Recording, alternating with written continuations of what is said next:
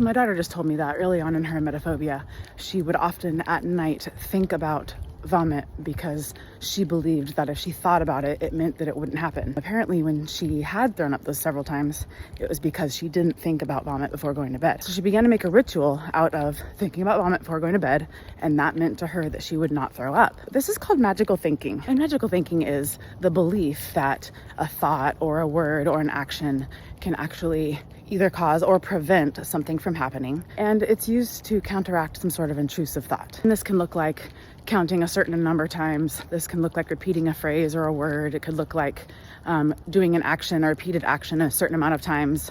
And while it may provide some relief for the short term, it actually reinforces the fear and perpetuates the OCD cycle. So if you feel like you struggle with magical thinking, or maybe you've listened to this and you recognize, yeah, I definitely have some sort of ritual compulsion that I do to counteract some intrusive thought that I have or some fear that I have that might take place, I encourage you to challenge that belief, challenge that ritual, that compulsion, that behavior. Maybe instead try something a little more realistic. For my daughter, instead of saying vomit or throw up or thinking about that happening before going to bed so that she won't vomit in the nighttime, might look like her saying, okay, maybe not, maybe I will, maybe I won't, but I am safe.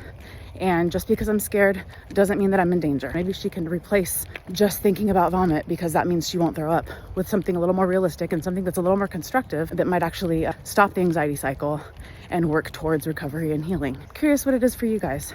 Is there some sort of ritual or compulsion that you do that might fall into this category of magical thinking that you have noticed about yourself that you do every night or every day? I'm curious if you'd be willing to drop that in the comments, what that thing is that you do.